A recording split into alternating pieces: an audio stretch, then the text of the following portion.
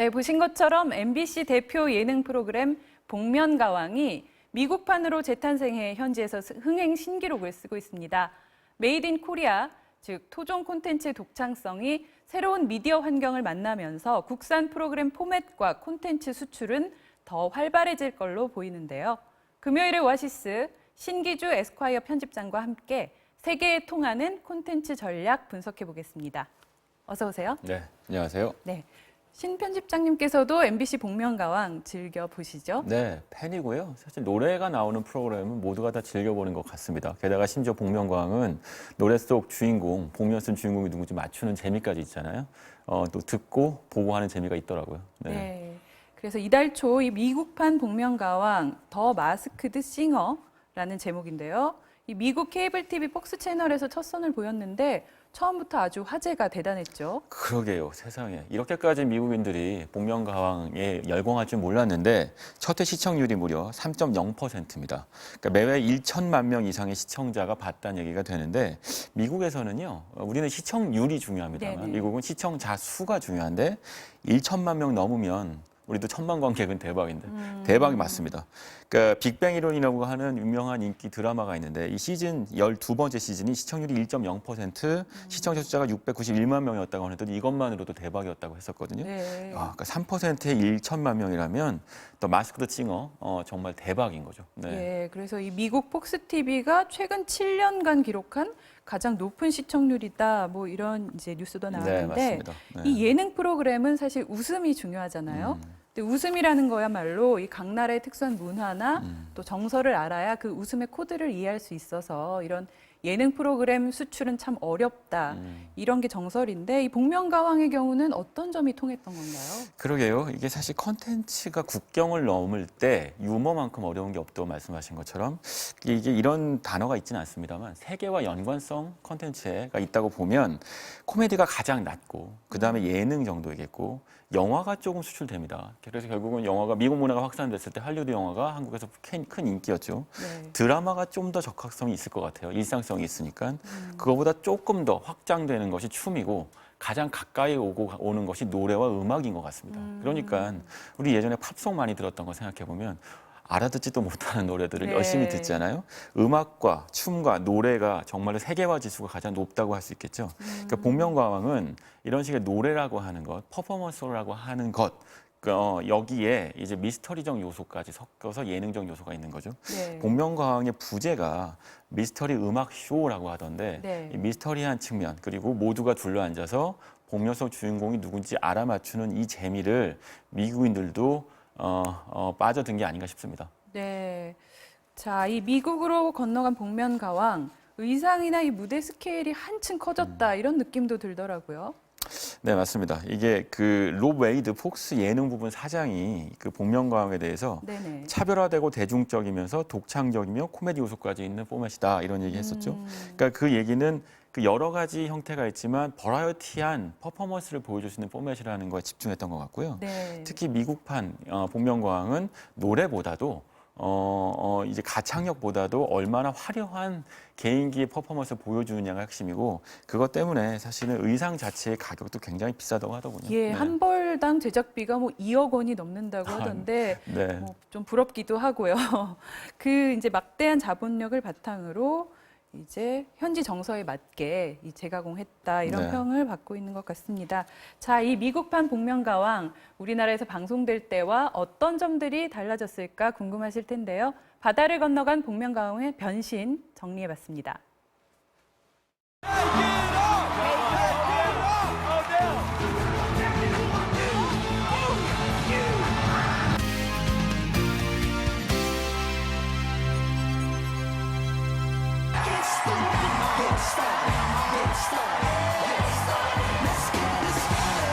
Look how tall he is.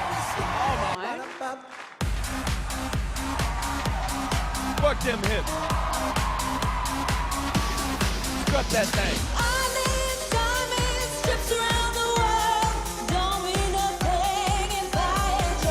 Ladies and gents, this is the moment you've been waiting for. In the backseat, while I was smiling, on the stage, all the stuff about me. Why don't they just let me live? I'm the greatest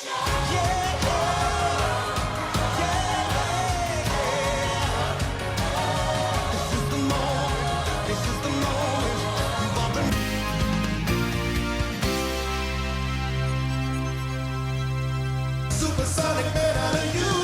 Having a good time, don't wanna stop it all.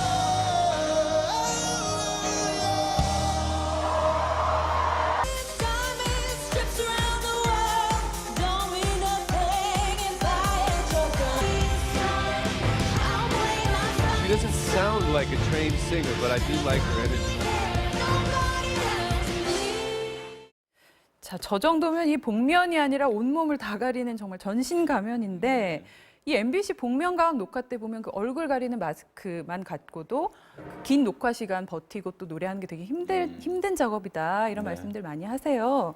근데 저런 의상을 입고 저렇게 라이브로 퍼포먼스까지 한다는 정말 놀라운데요. 저게 아마 미국 시청자들이 원하는 미국적 포맷이 아닌가 싶어요. 네. 복면가왕이라는 포맷은 MBC와 한국이 만들어낸 것이지만 미국 시청자들이 무엇이 원하는지를 고민하고 거기에 맞춰서 포맷을 재개발한 거죠. 포맷의 현지화라고 할 수 있겠는데 네. 이런 차이가 있는 것 같습니다. 한국에서는 이제 진행자가 복면가왕 안에서 다음에도 듣고 싶은 목소리를 뽑아주세요라고 얘기하죠. 목소리가 포인트라면 네. 미국에서는 가장 만족스러운 퍼포먼스에 투표해 주세요라고 사회를 보는 거죠. 네. 아, 그럼 포인트는 퍼포먼스겠죠. 그러니까 이렇게까지 화려한 의상을 입고 나와서 볼거리 제공하는 것, 그것에 시청자들이 열광하는 게 아닌가 싶습니다. 네, 또 이 코믹적인 요소를 이제 아까 그 제작자도 이제 강조를 했는데 그런 만큼 이런 우스꽝스러운 어찌 보면 우스꽝스러운 의상을 입고도 즐겁게 노래할 수 있는 사람들을 위주로 이제 출연자도 섭외한다 이런 얘기도 있더라고요. 그러게요. 일단 이런 얘기도 하던데요. 그 더 마스크드 싱어를 제작한 회사가 스마트동 미디어라는 대표가 한 얘기가 그 패널하고 가수 선정하는 게 가장 중요한데 그때도 한국의 복면가왕을 보여주고 이 포맷이 어색하다고 생각하면 그러면 아 이분하고 지금 일할 때가 아니구나 생각하고 재밌다고 생각하면 더 적극적으로 아이디어를 던진다고 하더군요. 그러니까 이런 적극성 그리고 이런 식의 퍼포먼스에 대한 열린 태도 이게 출연자 선정의 중요한 기준인 것 같습니다. 네. 예. 자, 그런데 이 최근에는 안방극장이라는 개념이 정말 사라지고 있다는 네. 생각이 드는 게 이 유튜브나 뭐 넷플릭스 같은 그 서비스를 통해서 원하는 콘텐츠를 언제고 마음대로 이렇게 찾아보는 걸 즐기시는 분들이 참 많아지셨더라고요. 그러게요. 사실 TV한테 위기죠. 말하자면 모든 분들이 다 휴대폰 또는 집에서도 TV가 앞에 있는데 스마트폰으로 유튜브를 보고 계시니까요. 시청자들이 굉장히 다양해지고 있는 것인데 사실 그 예가 폭스 TV의 관계자가 복면가왕을 처음 본 채널 역시도 유튜브였다고 하더라고요. 네. 그러니까 사실 유튜브가 역설적으로 기존 TV 스테이션한테 위기면서도 또 다른 기회를 창출할 수 있다는 걸 단적으로 보여주는 게 복면가왕이 아닌가 싶습니다. 근데 이 유튜브 그리고 거기에 경쟁 상대라고 할 수 있는 넷플릭스 그리고 아마존 프라임 그리고 훌루라고 하는 이른바 이제 인터넷 스트리밍 서비스 OTT, 오버 더 탑 서비스라고도 표현하던데요. 이런 서비스가 전 세계적으로 확산되면서 이제 글로벌 TV 스테이션이 등장하게 된 거죠. 좋은 컨텐츠가 하나 있으면 이게 한국에서만 보는 것도 아니고 지구 반대편에서도 동시에 보는 시청자가 존재한다는 것. 이전에는 상상하지도 못했던 서비스인데 이 덕분에 우리가 알고 있는 강남 스타일도 유튜브를 네네. 통해서 전 세계에 그렇죠. 확산됐었고요. 그 핑크퐁의 아기 상어 같은 것들도 역시 이 유튜브를 통해서 전 세계 아이들의 동요가 되었죠. 네. 이게 다 유튜브라고 하는 글로벌 플랫폼이 존재하기 때문이고 그거는 어쩌면 좋은 컨텐츠를 갖고 있는 프로덕션한테는 어마어마한 기회라고 할 수 있겠죠. 일단 뭐 태국판 복면가왕에 출연한 가수 두리안의 동영상 유튜브 조회수가 2억 뷰입니다. 야, 이제 단위가 다르죠. 네, 그렇네요. 자, 이 세계 최대 유료 동영상 업체 방금 말씀해주신 넷플릭스의 경우 국내 진출 3년이 됐는데 지금 가파르게 성장을 하고 있다고 하네요. 근데 이 네. 편집장님께서 넷플릭스 본사 직접 방문해서 그 창업자를 취재하신 적도 있다고 들었는데 직접 가보니까 어떤 회사던가요? 그러게요. 그 넷플릭스와 창업자인 리드 헤이스팅스는 한국의 방송 또는 컨텐츠, 플랫폼 비즈니스를 하시는 분들한테는 참 많은 벤치마크 모델입니다. 일단 넷플릭스는 인터넷 동영상 스트리밍 서비스라는 비즈니스를 개척했죠.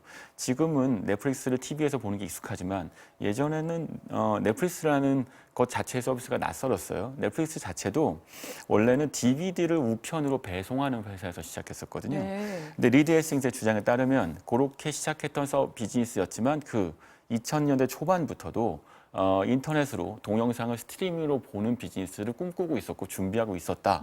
다만 기술이 내 상상력을 쫓아오지 못했을 뿐이다라고 얘기를 하기도 했었습니다. 네.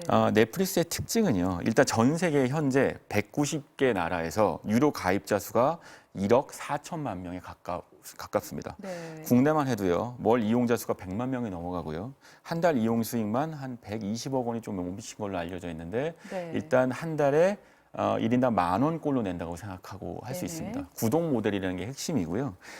넷플릭스의 특징은 제가 취재 갔을 때 굉장히 인상 깊게 봤던 것은 예. 넷플릭스는 두 개의 회사로 나눠져 있어요. 하나는 헐리우드에 있습니다. 영화를 만들고 드라마를 만드는 콘텐츠 제작하는 비즈니스를 하고요. 네. 또 하나는 실리콘밸리에 있습니다. 그 회사는 기술적인 파트를 담당하죠. 이 두 개 상반되고 충돌하는 모순된 회사를 리드 헤이스팅스라는 리더가 하나의 회사로 만들어내고 있는데요. 역대 이런 식의 그 인문과 기술의 교차에 의해서 컨텐츠를 만들어냈던 비즈니스맨은 단 한 명 있었습니다. 그러니까 리드를 제외하면 스티브 잡스가 있었죠. 네. 스티브 잡스가 한 얘기가 창조는 인문과 기술의 교차로에서 나온다 이런 얘기를 했었고요. 그거를 회사의 구조로 보여주고 있는 대표적인 회사입니다. 네. 그러다 보니까 이 회사 굉장히 흥미로운 지점이 하나 있는데요. 예, 예. 기술적인 파트의 사이드를 취재에 들어가면 전 세계 모든 TV, 브라운관, 스크린, 인터넷 모든 환경에서 최적의 화질을 구현할 수 있는 기술을 끊임없이 개발하고 있어요. 수십 개의 스크린이 존재하고 그 네. 스크린에서 동일 콘텐츠가 어떻게 다르게 보여지는지를 그렇죠. 시연하고 분석합니다. 그러니까 이 넷플릭스의 창업자는 콘텐츠 업계의 스티브 잡스다 뭐 이렇게 비유할 수도 있겠네요. 네, 그렇게 말도 되고 스티브 잡스의 대표적인 후예자라는 얘기들을 미국 경제 언론들이 많이 하고 있죠. 네. 자, 최근에는 이 넷플릭스가 수백억 원대 제작비를 아낌없이 네. 한국 드라마 시장에 지금 투자를 하고 있다는데요. 이유가 뭔가요? 그러게요. 일단 최근에 넷플릭스가 공개한 한국 드라마죠. 킹덤에 200억 원을 투자했습니다. 미스터 선샤인, 지난해 연말까지 굉장히 인기였던 드라마였는데 총 제작비 450억 원 중에 300억 원 정도를 넷플릭스가 투자했다고 해요. 사실은 한 편의 드라마에 투자하기에는 국내 제작 환경을 고려하면 어마어마한 액수죠. 네. 이렇게까지 공격적인 투자를 하는 이유는 여러 개가 있습니다만 대표적으로 한국이라는 컨텐츠 시장이 아시아 전체를 리드하고 장악하기 위해서는 반드시 확보해야 될 교두보이기 때문이죠. 네. 뭐 한류란 표현, 당연히 넷플릭스도 알고 있고요. 제가 취재에 갔을 때도 아주 초창기임에도 불구하고 한국어 자막을 굉장히 꼼꼼하게 넣는 장면을 목격하기도 했었습니다. 네. 그만큼 한국 시장이 중요한 거죠. 네네. 자, 이 넷플릭스의 공격적인 행보에 맞서서 국내 유료 방송 업계도 이제 대응에 나서고 있죠. 좀 간단히 소개해 주시죠. 네, 일단 SK텔레콤과 지상파 3사가 신설 법인을 만들어서 스트리밍 서비스를 할 예정이고요. CJ도 역시 글로벌 티빙 또는 딜라이브 같은 OTT 서비스를 런칭해서 진행하고 있는 상황입니다. 네, 자, 이 경쟁이 치열해진 만큼 글로벌한 시장으로의 기회도 넓어졌다고 볼 수도 네. 있겠는데 앞으로 성공 전략 어떻게 가야 할까요? 이렇게 인터넷망을 통해서 글로벌 플랫폼이 만들어졌다. 그러면 한국이라고 하는 한국은 컨텐츠가 강한 국가잖아요. 네. 기회라고 생각하는 게 맞을 것 같습니다. 플랫폼을 똑같이 만드는 걸로 1대1 경쟁을 하려면 체급의 차이가 있겠죠. 하지만 우리가 잘 만든 컨텐츠를 그게 복면가왕처럼 네. 넷플릭스나 또는 유튜브를 통해서 송출하고 전 세계 시청자들한테 알린다고 하면 이제 광고를 기반으로 해서 돈을 버는 게 아니라 컨텐츠를 유료로 팔아서 돈을 벌 수 있는 시장 자체가 만들어지는 거죠. 우리 한국의 컨텐츠 시장이 지나치게 좁다라는 얘기를 하거든요. 그래서 광고에 의존하게 되는데 전 세계 시장으로 시장이 넓어지게 되면 광고에 의존하지 않고도 끊임없이 좋은 컨텐츠를 만들어낼 수 있어서 프로덕션 비즈니스가 활성화될 수 있는 어떤 기회가 열렸다. 이렇게 위기가 곧 기회다. 이렇게 생각하시는 게 어떨까 싶습니다. 네. 네. 자, 금요일의 오아시스 오늘은 여기서 마무리하겠습니다. 설명절 가족들과 따뜻하게 보내시고 경제 오아시스는 다음 주에 다시 알찬 내용으로 찾아오겠습니다. 신기주 편집장님도 명절 잘 보내시고요. 오늘 네. 말씀 감사했습니다. 감사합니다.